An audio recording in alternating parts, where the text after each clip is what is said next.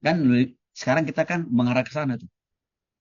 Karena itu bisa menciptakan kelestarian, keseimbangan, kehidupan manusia di setiap zaman. Lalu pertanyaannya, bagaimana mahasiswa memiliki iman dan pengetahuan yang tinggi? Tidak ada pilihan. Amsal pasal 1 ayat 7. Takut akan Tuhan permulaan ilmu pengetahuan. Artinya bertobat sungguh-sungguh kepada Yesus. Kalau mau menjadi mahasiswa yang mau diberkati Tuhan dengan kepintaran dan kecerdasan, bertobat. Mengapa? Karena segala sesuatu yang ada di bumi ini adalah milik Tuhan, ciptaan Tuhan. Maka kalau kita mau memahami semua karya ciptaan Tuhan, kita harus datang kepada Tuhan. Caranya bertobat, terima dia sebagai Juru Selamat. Maka itu gitulah Pak Ibu. Waktu kita mengajar di perguruan tinggi, harus menjadi kesempatan menantang mahasiswa untuk bertobat terima Yesus. Harus jadi kesempatan untuk bertakan Injil Bapak Ibu.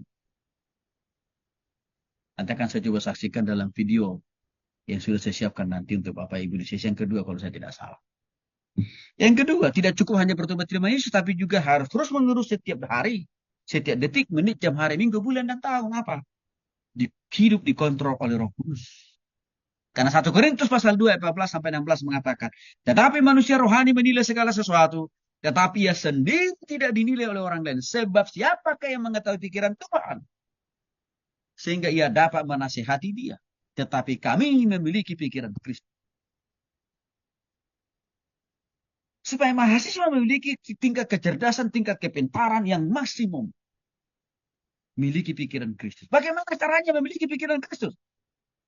Hiduplah dikontrol oleh Roh Kudus setiap waktu, setiap saat, kapan, dimanapun. Jangan hidup dikontrol dan dikuasai oleh Roh Kudus. Itu tidak membuat orang cerdas, bodoh. Tapi hidup dikontrol oleh Roh Kudus lah yang membuat orang pintar dan cerdas. Itu maka saya katakan minggu lalu kepada Bapak Ibu. Kepada mahasiswa saya di kelas agama itu.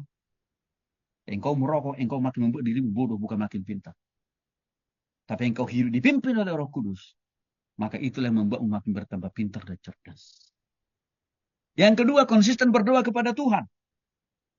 Karena Yeremia 33 ayat 3 mengatakan, berserulah kepadaku, maka aku akan menjawab engkau. Dan akan beritahukan kepadamu hal-hal besar yang tidak terpahami, yakni hal-hal yang tidak engkau ketahui. Artinya, kalau kita mudah memahami apa yang diajarkan oleh setiap dosen, datanglah kepada Tuhan setiap pagi dalam doamu. Itu pujian. Lalu nanti tutup malam harinya sebelum engkau istirahat. Lagi-lagi datang kepada Tuhan. Berterima kasih. Karena engkau telah diberikan hikmat dan bijaksana memahami apa yang diajarkan oleh dosen. Ini perlu kita tekankan kepada mahasiswa kita. Sama juga buat kita secara pribadi Bapak Ibu. Yang keempat, konsisten mempelajari melakukan firman Tuhan. Karena 2 Timotius 3, 16 sampai 17 jelas dikatakan di sana. Firman itu berasal bersumber dari Tuhan. Berguna untuk apa? Memberkati dan memberikan kita kepintaran, kecerdasan, hikmat, dan lain sebagainya. 2 Timotius 3, 16 sampai 17 menjadi ayat pegangan bagi Isaac Newton. Siapa tadi Isaac Newton Bapak Ibu? Penemu hukum gravitasi salah satunya. Ayat emas dia, ayat pegangannya dia 2 Timotius 3, 16 sampai 17. Maka dia berkata, dari sekian banyak hasil temuan saya, tidak lain tidak bukan. Karena saya setiap pagi, saya mengawali aktivitas saya, penelitian saya, dengan lebih dulu duduk di hadapan Tuhan. Berdoa, baca firman Tuhan. Itu kata Isaac Newton.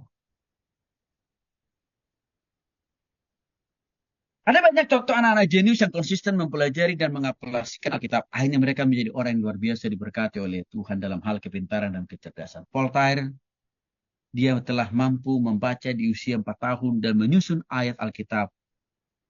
Walaupun dia masih dalam ayunannya. 4 tahun loh Bapak Ibu. Haller sudah mengetahui isi Alkitab dalam bahasa Yunani. Mulai dari Matius sampai dengan Wahyu. Masih usia 10 tahun. Descartes telah menjadi filsuf kecil masih berumur muda. 8 tahun Bapak Ibu. Berarti kira-kira masih SD kan ini. Bentham sudah mampu menulis dalam bahasa Yunani dan Latin di usia 4 tahun. Dan lulus ujian masuk di Oxford dalam usia 10 tahun. Berarti masih baru lulus SD. Charles mampu berkhotbah ketika anak-anak dalam kurun waktu umur 16 tahun. Artinya belum remaja, Bapak. Ini perlu kita tekankan, kita perlu jelaskan ini kepada para mahasiswa. Wah, sungguh teruji dan terbukti.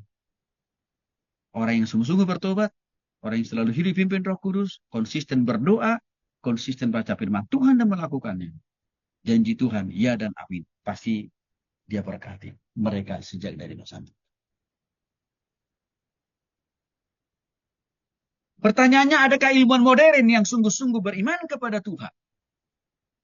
Tapi mereka juga cerdas dalam hal masalah pengetahuan.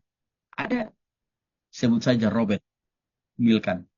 Dia adalah ahli fisikawan dan pemenang hadiah Nobel. Dia mengatakan, saya menganggap pengetahuan yang dalam akan Alkitab sebagai kualitas penting yang harus dimiliki oleh orang yang berpendidikan tinggi. Dia mau menekankan bagi para mahasiswa nih yang kuliah di perguruan tinggi. Engkau sungguh-sungguh serius membaca, merenungkan, dan melakukan firman Tuhan. Maka pengetahuanmu, kecerdasanmu pasti semakin terus ditambahkan oleh Tuhan. Yang kedua, William.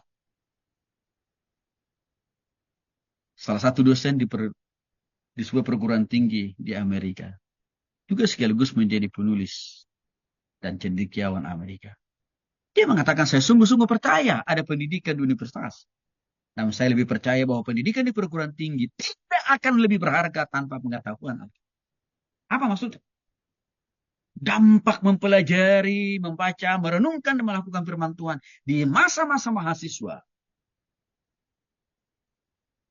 di perguruan tinggi umum sangat berdampak signifikan, berpengaruh besar,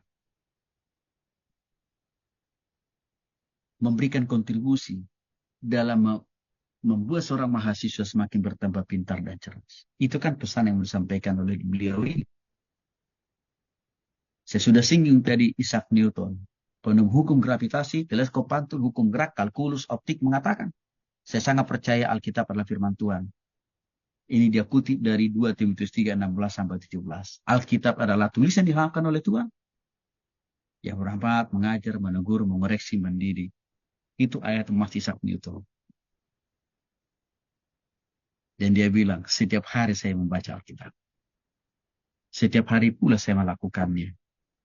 Maka Tuhan berkati saya dengan pengetahuan dan kecerdasan yang luar biasa. Itu kata beliau ini. Kesimpulannya Bapak Ibu, apa yang mau kita tonjolkan lewat kesaksian para ilmuwan modern ini kepada para mahasiswa yang kuliah di perguruan tinggi? Satu,